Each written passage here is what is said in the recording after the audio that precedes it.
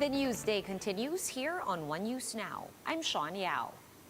The United Nations applauds the Philippines' move to conduct a pilot run of limited in-person classes in low-risk areas. In a statement, UNICEF and the World Health Organization commended the Philippine government's effort to study a possible return to physical classes. The international groups have vowed to work with Philippine agencies over the initiative. The groups noted that public health measures should be prioritized to keep participating students safe. 120 schools will participate in the pilot run, details of which are expected to be released soon. Some sectors are calling on the government to further ease COVID-19 restrictions in a bid for higher revenue. Shyla Francisco with the story.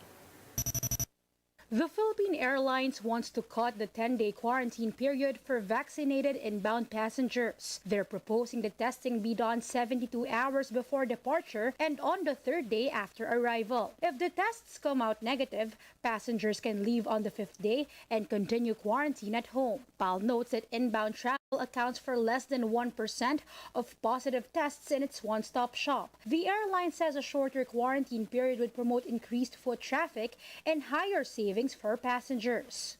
We would be able to fly more people into the country because lower quarantine requirement would free up capacity. Meanwhile, the Philippine Retailer Association believes that having a bakuna bubble would increase sales. The group says businesses are able to open responsibly. We're providing a safe environment. We're trying to not just protect our people, but also our customers. So maybe allow us to operate freely on our own. The restaurant industry, meanwhile, wants tax relief as well as wage and rent subsidies. Resto PH says while the 10% dine-in allowed capacity is a good start, it is not enough in the long run. Our goal is just not to go close the restaurants, but to have enough cash flow to rehire a few of our waiters back, because you don't need waiters to do delivery. The government says allowed business operations will be expanded once cases start to decline. Hopefully that will be just in time for October so that we can open up the economy, not just 10%, but take it up much higher, 30, 50%. Shyla Francisco, VR1 News. Senator Richard Gordon has accused President Duterte of being a bully after the chief executive once again lambasted him on national television. Man Los Baños with a report. You're a bully. And I'm sorry, Mr. President. The Filipino people can fight back against bullies. Filipino can have a revolution against bullies. Senator Richard Gordon was equally fed up and frustrated as his word war with President Duterte continues. He made the response after the president threw another series of tirades against him during his public address. Gordon insists the president is protecting the wrong people. Attorney Duterte is lawyering for his people, the Chinese, and I ask him respectfully, start lawyering for the Filipino people. Do your job, Mr. President. Gordon turned his attention back to former Budget Undersecretary Lloyd Christopher Lau, who claims he's being badgered unreasonably. Being evasive again. I believe the situation in Senate investigation is hostile, and that when the answers propounded are not satisfactory. We're hostile because we're giving you questions that make you uncomfortable. You are uncomfortable. Forcing me to mention names which I don't want to do because I believe people's names who are not part of me should remain private. But the discussion only became more heated from there. Lau denies being reckless in checking the background of formerly pharmaceutical. May answer ka na kay Senator Ontiveros. Please confirm, Senator Ontiveros. Sabi niya, I may have been negligent. I never said I was negligent. The senator repeatedly asked Lau why he did not check Formuli's financial capacity before making a deal. Recall that the company only has 625,000 pesos as its capital. The Senate Blue Ribbon panel is still awaiting Formuli documents that have been subpoenaed. The committee also wants to see tax records of the company and its executives to determine possible tax violations. Reporting for News 5, Mean Los Baños, we are One News. We're going to pause for a quick break, but we will be back with more stories after that. Keep it here.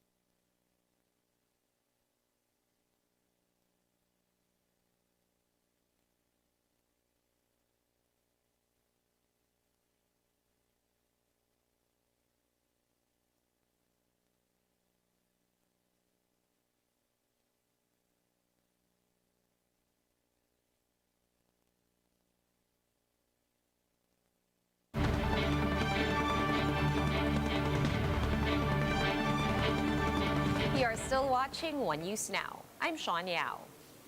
Different groups are now in Liwasang Bonifacio and the city of Manila to mark the 49th year since the declaration of martial law. Camille Samonte is there on the ground to tell us more. Camille, how's it going over there? Is everyone practicing COVID protocols? Sean, the Manila Police District is now on full alert for the activities to be conducted to mark the 49th anniversary of the declaration of martial law. Over 300 police personnel are deployed in Liwasang Bonifacio here in Manila to ensure that minimum health protocols are being observed. There was a bit of commotion earlier. Some of the groups claim they were being barred from entering the venue. Earlier today, protests were already staged in Commonwealth. Several groups and coalitions are expected to join the action protest and program, which is currently ongoing. Some martial law victims and human rights advocates are also expected to speak in the program. With these, authorities are reminding the protesters to wear face masks, face shields, and observe physical distancing at all times. Police Major Alberto Saigon, meanwhile, assured that they would observe maximum tolerance during the protest. Sean, police authorities said only a limited number of individuals will be allowed to protest in the area. Checkpoints were also set up in parts of Manila to control crowds. Sean, the organizers were still complaining that some of their members were barred in Manjola and could not proceed here. But so far, over 100 protesters have already flocked the area, and the program is currently ongoing. Some members of the religious sector are now speaking at the stage. The program is expected to end at 6 p.m. Sean? All right, thank you so much for giving us that update from Liwasang Bonifacio. Stay safe there. Camille Samonte joining us live from Manila. And the Health Department has reported over 16,300 fresh COVID-19 infections. That brings the country's caseload to above 2.4 million, some 171,000 of which are still active. The virus killed 140 more patients overnight, pushing the death toll to more than 37,000. Meanwhile, recoveries have inched closer to 2.2 million, with over 21,900 new survivors today. 27% of some 48,200 individuals recently tested for COVID-19 yielded positive results. Let's now take a quick look at today's other top stories. The Health Department will revisit the Education Department's guidelines for the pilot run of limited in-person classes.